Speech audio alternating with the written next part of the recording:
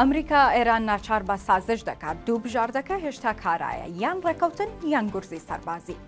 دانوستانی ئێران و ئەمریکا بەردەوامە و 3 هەفتەی تێپەڕاند. ئاژانسەکان ئاماژە بەوە دەکەن ئەمریکا خەریکە ئێران دەهێنێتە ژێربار و ناچاری دەکات سازش بکات.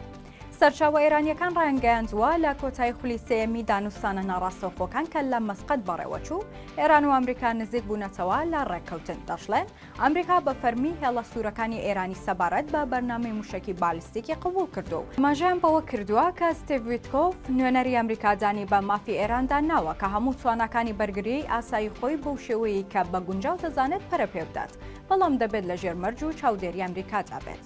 عباس عێراقچی وەزیری دەرەوەی ئێران لە میانی دانوستانی ناڕاستەوخۆ لەگەڵ ویتکۆف بە فەرمی بیرۆکەی ڕاگررتنی تەواوەتی چالاکیەکانی پیتاندنی یۆرانیۆمی ڕەت کردوتەوە و جەختی لەوە کردوتەوە کە ئێران دەستبەرداری مافی پیتاندنی یۆرانیۆم نابێت.